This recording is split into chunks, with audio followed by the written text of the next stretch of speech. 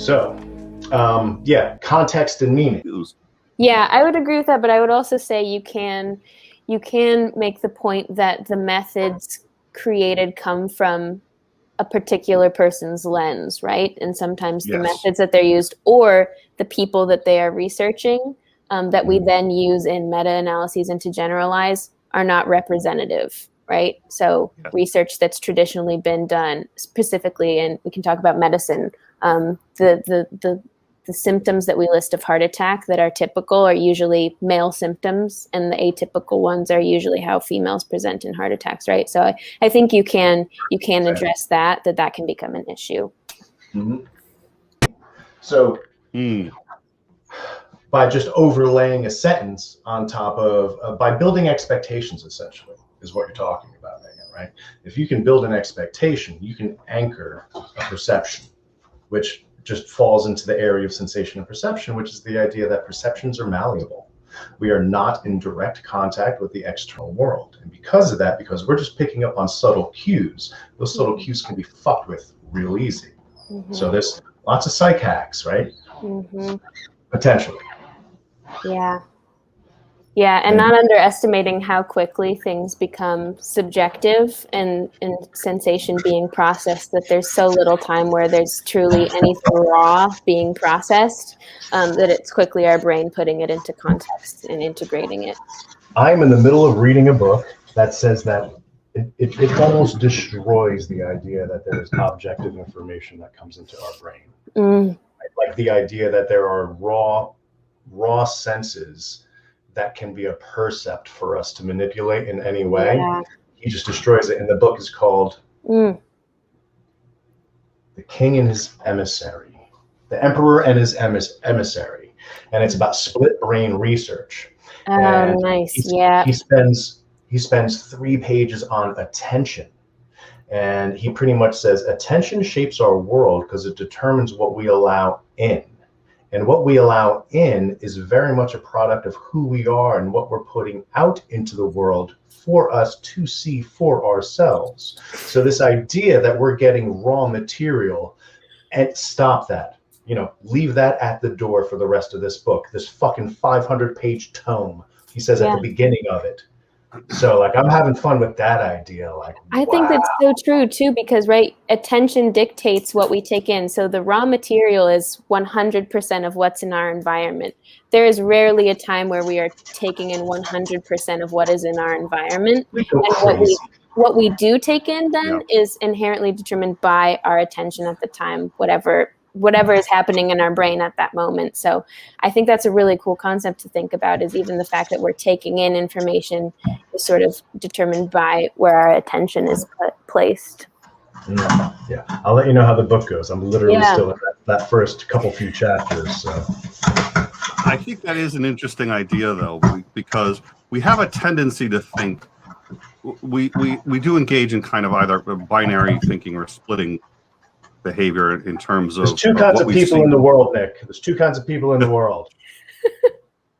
There's 10 kinds of people in the world, Maddie. There's 10 kinds of people. Those who understand binary and those who don't. I was going to say those that are Italian, those that want to be. I guess I'm just showing my bias.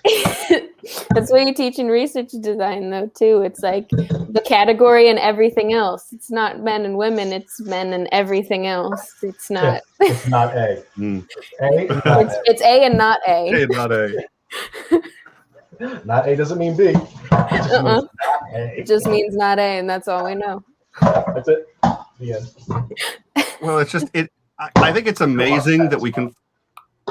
One of the things I find so interesting is the fact that, okay, so really there's a concept in which each of us are actually speaking a different language. It's got enough similarities that we can communicate, but all words are metaphors, and we're each understanding each word differently. But there's enough overlap. Not today, Satan. If you drive me down the solipsistic slope, I'm gonna. This isn't. I'm not going to hit solipsism. This close to solipsism. We're miles. We are 10 nuclear detonations from here in solipsism. But save that for the live. It's a narrow window. What I find interesting though is there's an infinite variety of. There's so much information out there, and the universe is infinitely complex. And here we are trying to work our way through an infinite complexity with an extraordinarily finite mind. And the fact that we've had any success at it whatsoever is a near miracle. The fact that we can communicate as well as we do is a near miracle.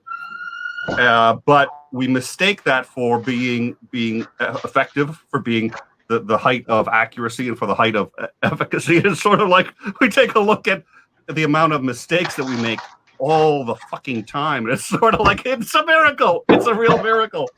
Oh, yeah. That we get anything done. Yeah. Yeah, that we can have any operating assumptions. Yeah. Just think about reproduction. The statistical impossibility of that happening, yet it's the foundation of, you know what I mean? Everything. Yeah, that we can create sort of operating theories within psych too it's essential, right? But then it can become it can become easily overwhelmed by the fragility of all of the theories that we've created and the ideas that we hold and the limitations of them. Yes, because sometimes people get too obsessed with the models that they create, and they don't realize that it's the map and not the road, right? Mm-hmm. You're interested in the road, and the map can get updated. Right. Mm-hmm. The road doesn't get updated; the map does. Yeah.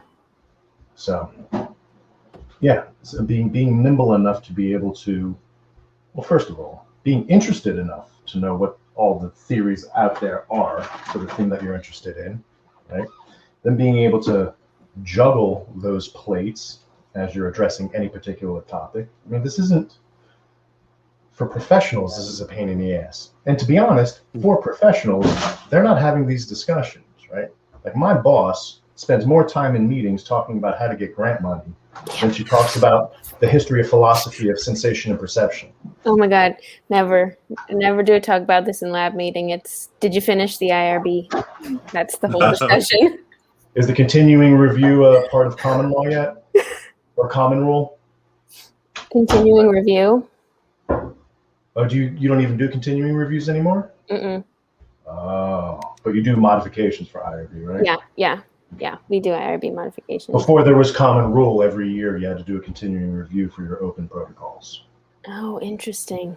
And then after common rule, you didn't. They got kind of not glossed over, but you only have to let them know if you modify it and if the modification changes the risk or the consent form. Yeah, we just do initial IRBs and then any modifications. Mm-hmm. Anyway, so that was very inside baseball. That's all right. My wife.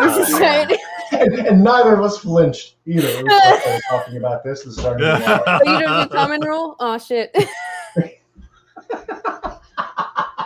Wow, that was deep. That was, God, I forget. This is every waking second of every day. Yeah. I think the DMT trip analogy is perfect because it only seemed to last for a couple seconds to me and Megan, but it seemed like days to everybody listening. Centuries lose track of space and time. You want to start talking about using literally anything. You want to talk about Qualtrics. You want to talk about using SPSS. Lose track of space and time. And listen, really, seriously, don't worry about it. This is what editing is for. By the time I've already edited 3 of these, and the amount of time that Maudy has on air has been cut back by like 85%. It's a miracle. I don't know. He said it was bias, but frankly, it's just none of the things he said was that interesting. Nick, I've said it before, and I'll say it again. The less I talk, the smarter you sound. Oh man.